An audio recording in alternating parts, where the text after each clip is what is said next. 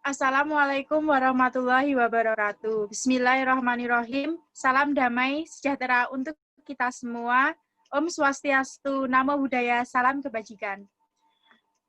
Marilah kita panjatkan puja dan puji syukur kehadirat Allah Subhanahu wa taala yang telah melimpahkan rahmat serta hidayahnya kepada kita semua sehingga kita dapat melakukan kuliah secara tatap muka.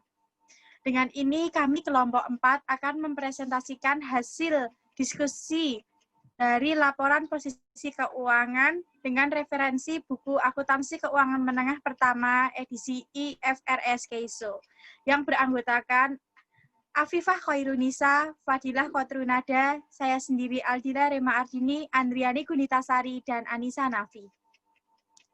Laporan posisi keuangan. Laporan posisi keuangan atau Statement of Financial Position juga disebut sebagai neraca atau balance sheet, melaporkan aset liabilitas dan ekuitas perusahaan pada tanggal tertentu. Laporan keuangan ini memberikan informasi tentang sifat dan jumlah investasi dalam sumber daya perusahaan, kewajiban kepada kreditor, dan ekuitas atas sumber daya neto. Kegunaan laporan posisi keuangan.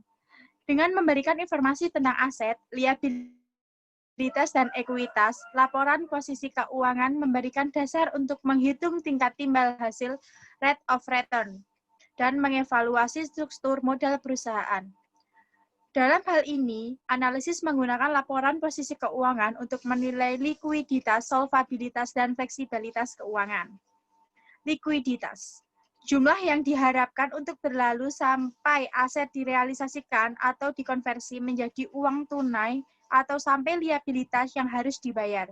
Kreditor tertarik pada rasio liabilitas jangka pendek, seperti rasio kas atau mendekati terhadap liabilitas jangka pendek. Rasio ini menunjukkan apakah suatu perusahaan seperti Adidas akan memiliki sumber daya untuk membayar kewajiban kini dan kewajiban saat yang akan jatuh tempo. Demikian pula, pemegang saham akan menilai likuiditas untuk mengevaluasi lingkungan dividen tunai masa depan atau pembelian saham kembali. Secara umum, semakin besar likuiditas Adidas, maka semakin rendah risiko kegagalannya. Solvabilitas. Solvabilitas mengacu pada kemampuan perusahaan untuk membayar utang pada saat jatuh tempo nanti. Misalnya, ketika perusahaan memiliki tingkat utang jangka panjang yang tinggi dibandingkan utang terhadap aset, maka perusahaan memiliki solvabilitas yang lebih rendah dibandingkan perusahaan sejenis dengan tingkat utang jangka panjang yang rendah. Fleksibilitas keuangan. Likuiditas dan solvabilitas mempengaruhi fleksibilitas keuangan suatu perusahaan yang mengukur kemampuan perusahaan untuk mengambil tindakan efektif untuk mengubah jumlah waktu arus kas sehingga dapat merespon kebutuhan dan peluang yang tidak terduga. Perusahaan dan tingkat fleksibilitas keuangan tinggi lebih mampu bertahan hidup pada situasi yang buruk untuk memulihkan dari kemunduran yang tidak diharapkan, serta untuk memanfaatkan peluang investasi yang menguntungkan dan tidak terduga. Umumnya, semakin besar fleksibilitas kekurangan perusahaan, semakin rendah risiko kegagalannya.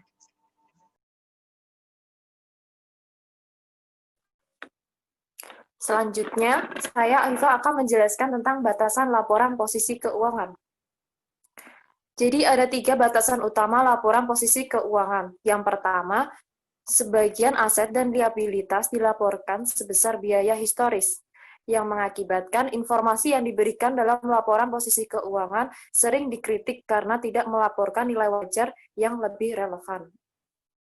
Yang kedua, perusahaan menggunakan penilaian estimasi untuk menentukan beberapa pos yang dilaporkan dalam laporan posisi keuangan. Batasan yang ketiga, laporan posisi keuangan mengabaikan beberapa pos yang memiliki nilai keuangan tetapi perusahaan tidak dapat mencatatnya secara objektif. Klasifikasi dalam laporan posisi keuangan. Artinya, laporan posisi keuangan dikelompokkan bersama pos yang serupa untuk memperoleh subtotal yang signifikan. Untuk mengklasifikasikan pos dalam laporan keuangan, perusahaan mengelompokkan pos yang memiliki karakteristik serupa dan memisahkan pos dengan karakteristik yang berbeda. Misalnya, perusahaan harus melaporkan secara terpisah. Jadi yang pertama, liabilitas yang berbeda dalam jumlah sifat dan waktu. Misalnya, Royal Ahod atau NLD harus melaporkan utang secara terpisah dari liabilitas pensiun. Yang kedua, aset dan liabilitas dengan karakteristik likuiditas umum yang berbeda. Misalnya Nokia melaporkan kas secara terpisah dari persediaan. Yang ketiga, aset yang berbeda pada fungsi yang diharapkan dalam operasi pusat perusahaan atau aktivitas lainnya. Misalnya, IBM AS melaporkan persediaan barang dagang secara terpisah dari aset tetap.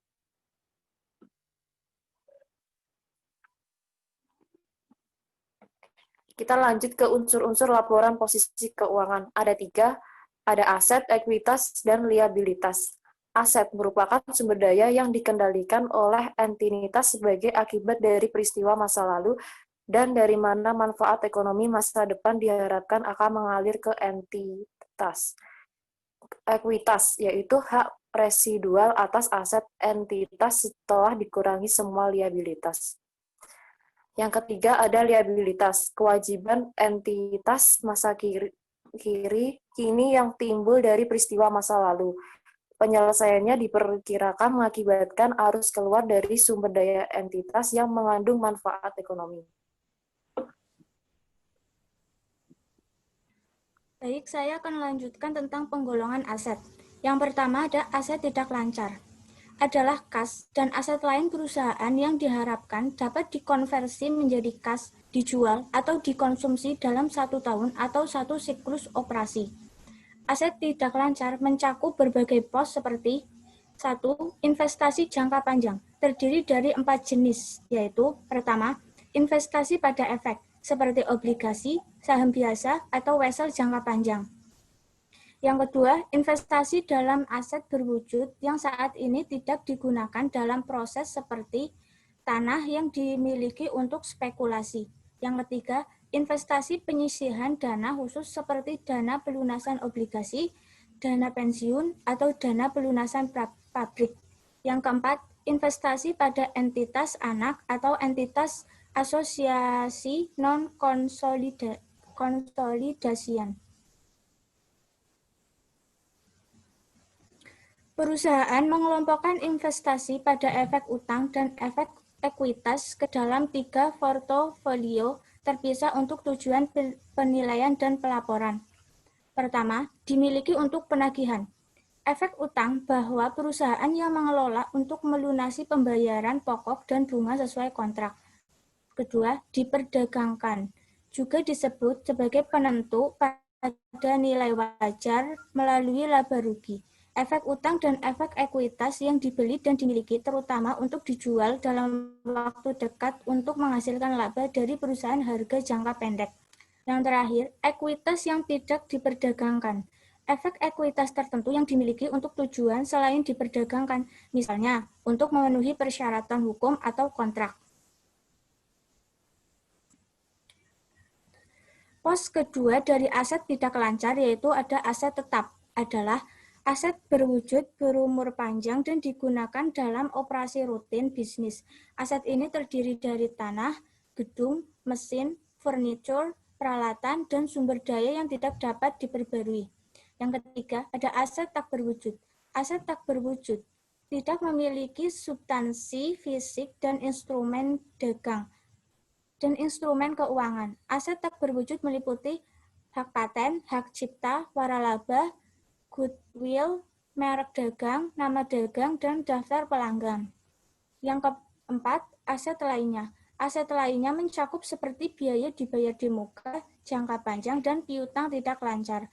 Pos lain yang dapat dimasukkan adalah aset dalam dana khusus, properti yang dimiliki untuk dijual, dan kas efek yang dibatasi penggunaannya.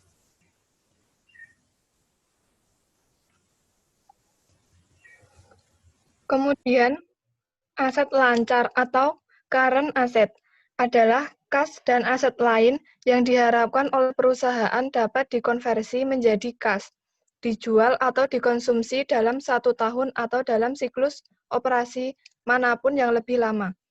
Umumnya, jika perusahaan mengharapkan untuk mengonversi aset menjadi kas atau menggunakannya untuk membayar liabilitas jangka pendek dalam 1 tahun, siklus operasi manapun yang lebih lama perusahaan mengklarifikasikan aset tersebut sebagai aset lancar. Aset lancar terdiri dari A. Persediaan.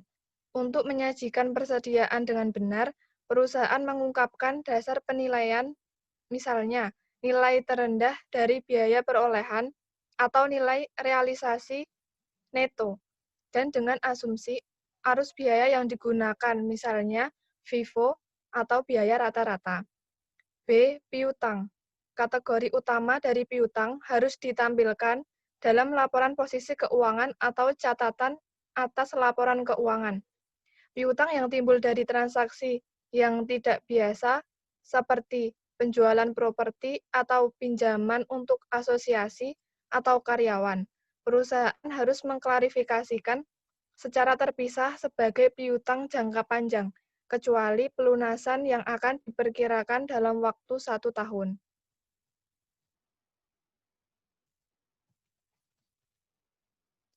Kemudian C.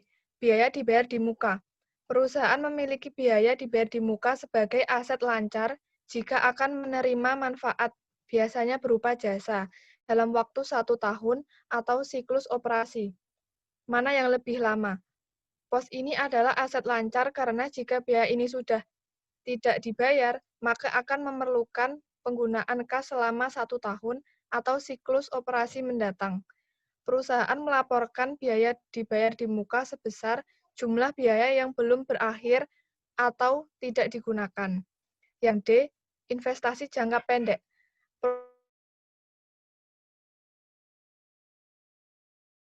Perusahaan mengklarifikasikan masing-masing efek tagihan dan efek ekuitas yang tidak diperdagangkan sebagai aset lancar atau tidak lancar, tergantung pada keadaan. Perusahaan harus melaporkan efek yang dimiliki untuk penagihan sebesar biaya perolehan yang diamortisasi. Semua efek ekuitas yang diperdagangkan dan yang tidak diperdagangkan dilaporkan pada nilai wajar. Yang E. Kas. Kas pada umumnya dianggap terdiri dari deposito mata uang dan permintaan. Uang tersedia sesuai permintaan di lembaga keuangan. Setara kas adalah investasi jangka pendek, sangat liquid, yang akan jatuh tempo dalam waktu 3 bulan atau kurang.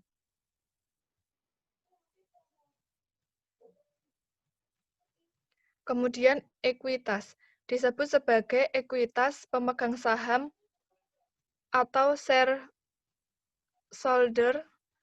equity. Perusahaan biasanya membagi bagian ekuitas menjadi 6 bagian. Yang pertama, modal saham, nilai pari atau nilai yang dinyatakan pada saham yang diterbitkan.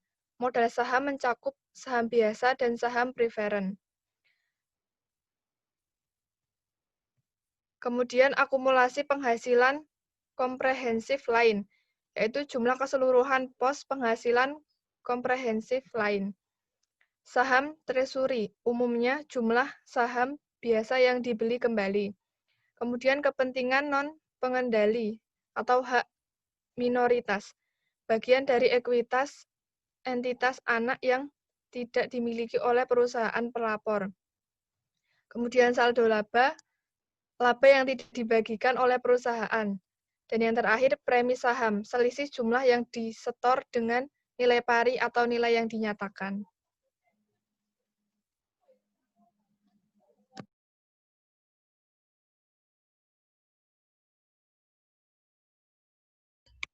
Ekuitas, jumlah saldo laba dapat dibagi antara laba yang belum ditentukan penggunaannya atau jumlah yang biasanya tersedia untuk pembagian dividen dan jumlah laba yang dibatasi misalnya dengan kontrak perjanjian obligasi atau perjanjian pinjaman lain. Selain itu, perusahaan menunjukkan adanya saham yang dibeli kembali atau saham treasury sebagai pengurangan ekuitas. Akumulasi penghasilan komprehensif lain atau kadang-kadang disebut sebagai cadangan atau cadangan lain mencakup pos-pos seperti keuntungan dan kerugian yang belum direalisasi atas efek ekuitas yang tidak diperdagangkan dan keuntungan dan kerugian yang belum direalisasi atas transaksi derivatif tertentu. Liabilitas. Yang pertama, liabilitas jangka panjang atau non-current liabilities.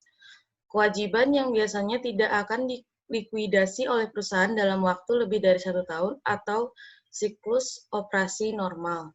Contoh, utang obligasi, wesel bayar, beberapa jumlah pajak penghasilan tangguhan, kewajiban sewa, kewajiban pensiun, dan perusahaan yang mengklarifikasikan liabilitas jangka panjang yang jatuh tempo dalam siklus operasi periode berjalan selama 1 tahun.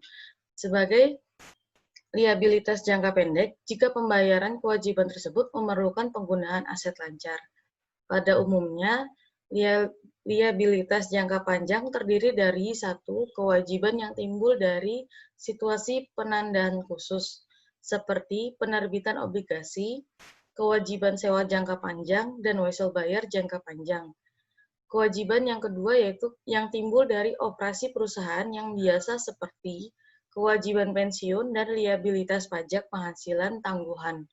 Kewajiban yang ketiga yaitu yang tergantung pada saat terjadi atau tidak terjadinya satu atau lebih peristiwa di masa depan untuk mengonfirmasikan jumlah utang atau penerima pembayaran atau tanggal utang seperti jasa atau produk yang memberikan jaminan.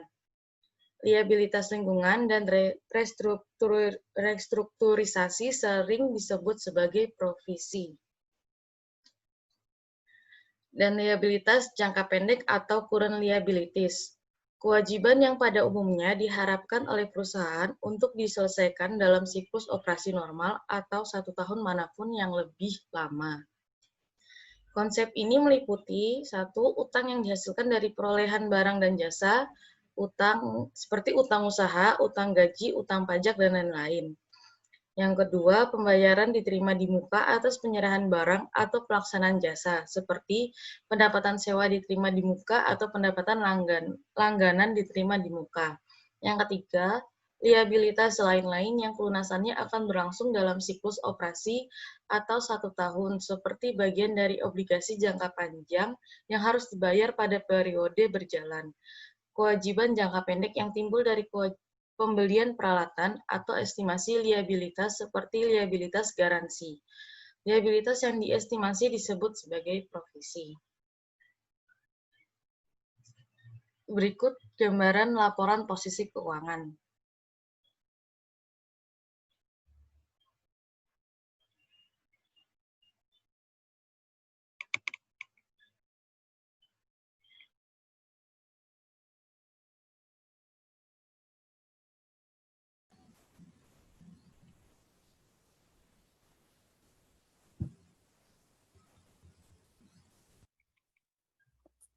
Sekian presentasi dari kami, kelompok 4. Jika teman-teman mau bertanya, kalian bisa menuliskan di kolom komentar.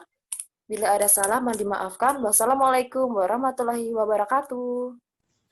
Salam. Dadah.